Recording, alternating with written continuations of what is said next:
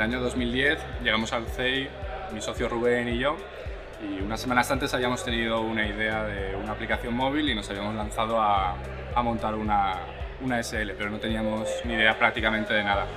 Entonces llegamos al CEI por suerte y gracias a ellos tuvimos asesoramiento en temas como atención a los clientes, inversión, financiación, marketing, etc. Creemos que la figura del CEI es muy importante en jóvenes empresas para darles formación, para darles visibilidad en eventos y de cara a potenciales clientes que hay fuera, y también para fomentar la colaboración entre las diferentes empresas. El hecho de que el CEI haya cumplido 25 años es la demostración de que es un organismo que tiene que existir, que está ayudando, y las cifras lo demuestran. Hay decenas de miles de empresas que han pasado por ahí y que hoy continúan.